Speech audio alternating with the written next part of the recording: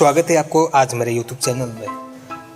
दोस्तों, प्राणायाम क्या है इसको सामान्यतः हम सभी जानते हैं।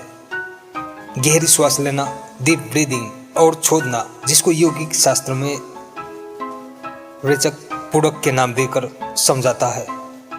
हम बहुत ही सरल और सामान्य भाषा में समझने की प्रयास करेंगे आज इसको करने का बेनिफिट क्या है, इसके विषय में बहुत चर्चा होती है।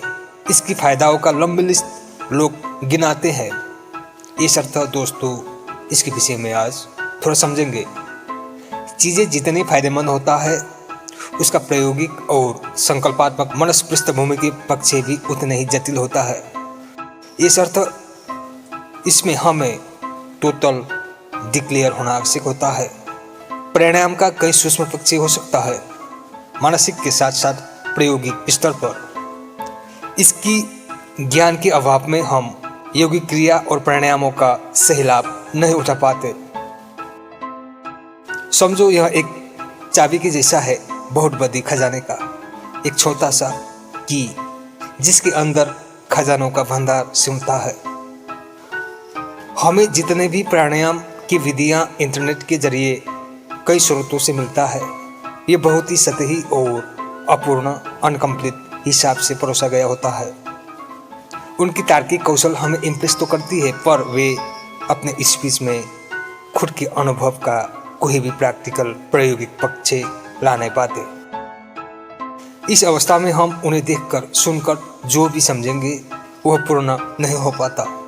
फिर हम इसको प्रयोग में ला भी लेंगे तो यह परिणाम शून्य ही रहता है, क्योंकि ये बाहरी तल मात्र का ही बातें हैं।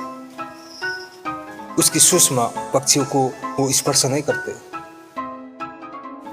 आओ आज हम प्राणायाम का इन्हीं कई सूक्ष्म प्रायोगिक और मानसिक पक्षियों को समझने की प्रयास के साथ प्राणायाम की सही विधियों में चर्चा करेंगे।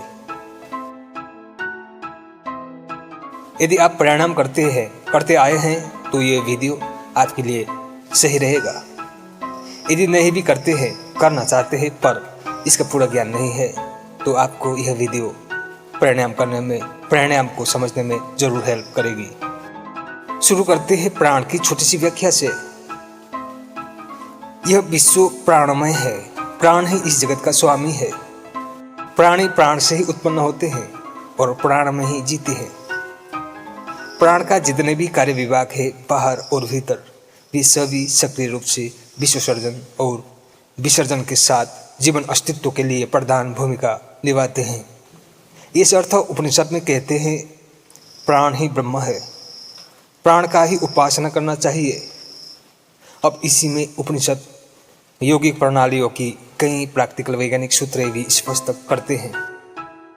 शरीरस्थ प्राण की 5 रूप माना गया है, जो एक ही महाप्राण का मन और इंद्रियों की कार्य विभाग के आधार पर भिन्न भिन्न नियुक्ति है। उसमें से एक है प्राण, दूसरा अपान, तीसरा व्यान, चौथा उदान और 5वां समान। इनकी अपने अपने काम है हमारे शरीर में, हमारे जीवन के अस्तित्व में। हम इसकी ज़्यादा चर्चा नहीं करेंगे क्योंकि वीडियो लंबा खिंच जाएगी। इस अर्थ हमें केवल प्राणायाम की प्रैक्टिकल पक्ष को ही समझना है। आप जब भी प्राणायाम के लिए बैठे तो इनकी कई चीज़ों को समझना आवश्यक है। उसमें से एक है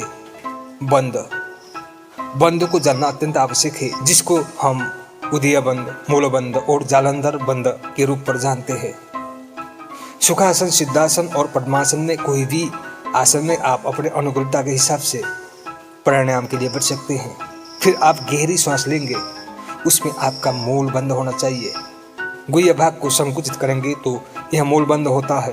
फिर जब श्वास पूरा भर जाए फेफड़े में, आप अपने ठुड्डी को कंठमूल में सताएंगे तो यह आपका जालंधर बंद हो जाता है। फिर नाभि क्षेत्र को संकुचित करेंगे, पेट को अंदर दबाएंगे, भीतर की ओर सताएंगे तो ये हुआ आपका उदय बंद। ये बंद प्राणायाम की अभिन्न हिस्सा है। इसको जाने बगैर हम संपूर्ण रूप से प्राणायाम नहीं कर सकते। इस अर्थ यह महत्वपूर्ण प्राणायामों के विषय में हमें गहराई से जानकर इसकी अभ्यास करना चाहिए।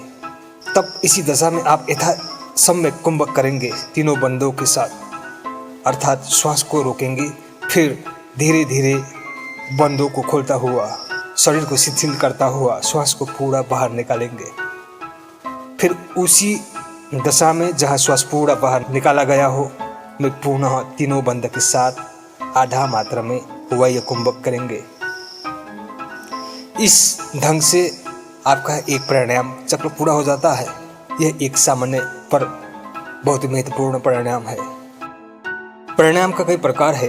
कौशल और आवश्यकता के हिसाब से आप कोई भी प्राणायाम कर सकते हैं। हर एक प्राणायाम का 4 महत्वपूर्ण पक्ष होता है, जिसको हमें कोई भी प्राणायाम करने से पहले जानना चाहिए। आप इसको ध्यान से समझना। एक है जो हमने पहले ही कह चुके, बंद, जो 3 तरह की होती है, जलांधर बंद, उदया बंद और मूलबंद। दूसरा होती है पूरक, रेचक।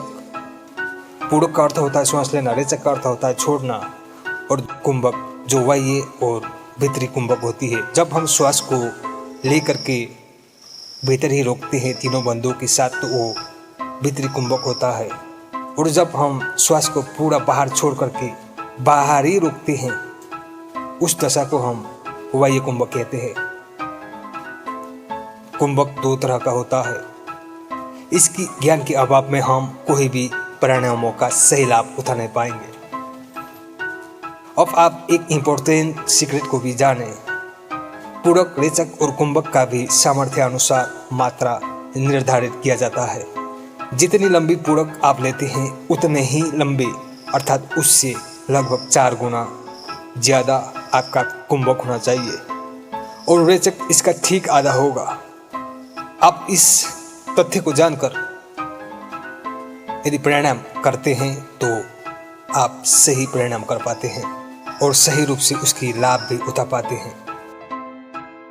प्राणायाम ध्यान के लिए तो अद्भुत है ही दोस्तों, साथ में मानसिक शारीरिक स्वास्थ्य सुधार के लिए इससे बढ़कर दूसरा साधन नहीं हो सकता। यह सभी ईश्वरीय आत्मचेतना से जोड़ने की महत्वपूर्ण योगिक प्रणालियां हैं। इसको आप अति शारीरिक भाव से नहीं, दिव्य पवित्र भाव के भीतर करने से अलौकिक लाभ को उठा पाते हैं। आगे हम भिन्न भिन्न प्राणायामों की विधि, उसके यौगिक लाभ और महत्व सहित उसके सूक्ष्म पक्षों को भी ध्यान में रखकर आप तक पहुंचाने का पूरा प्रयास करेंगे। तब तक के लिए धन्यवाद।